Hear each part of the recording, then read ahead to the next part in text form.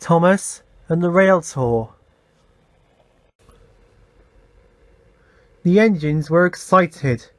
There were to be some special rail tours to the seaside, and no one knew which engine would be chosen to pull them. "It ought to be me," observed my lord. "After all, that seaside place helped me to pay for my repairs." The others thought someone else should have a chance. Thomas knew he would not be chosen, but he enjoyed listening to the others arguing. He was pleased in the end when he was decided to give the trips to Green Arrow.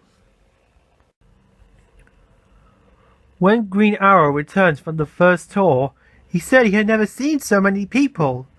Soon there was a talk of putting on extra trains, but this was not possible.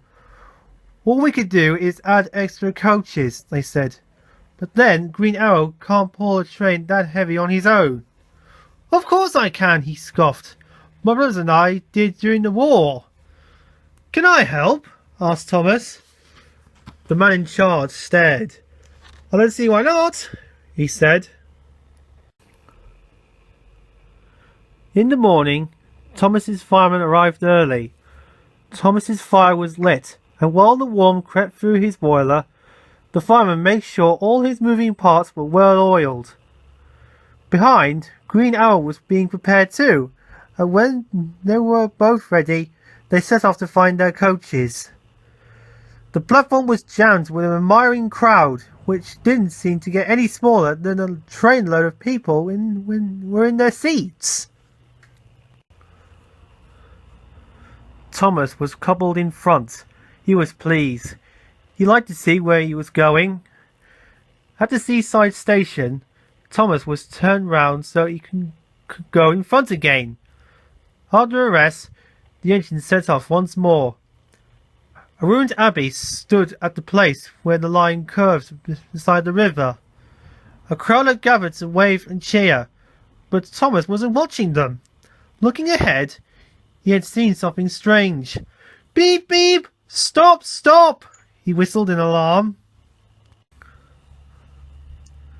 The train was heavy and hard to stop, but they managed it just in time.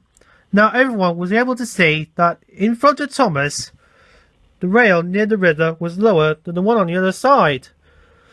"The water has undermined the embankment," said the inspector. "I'll go to the signal box and sort things out." Buses came for the passengers, but it was late before the men had decided it would be safe to use the other track. Together, the engines pushed the coaches back to a crossover. On his own, Thomas slowly crept past the landslide. Then, very carefully, Green Arrow pushed the empty coaches by, and together they brought the train back to York.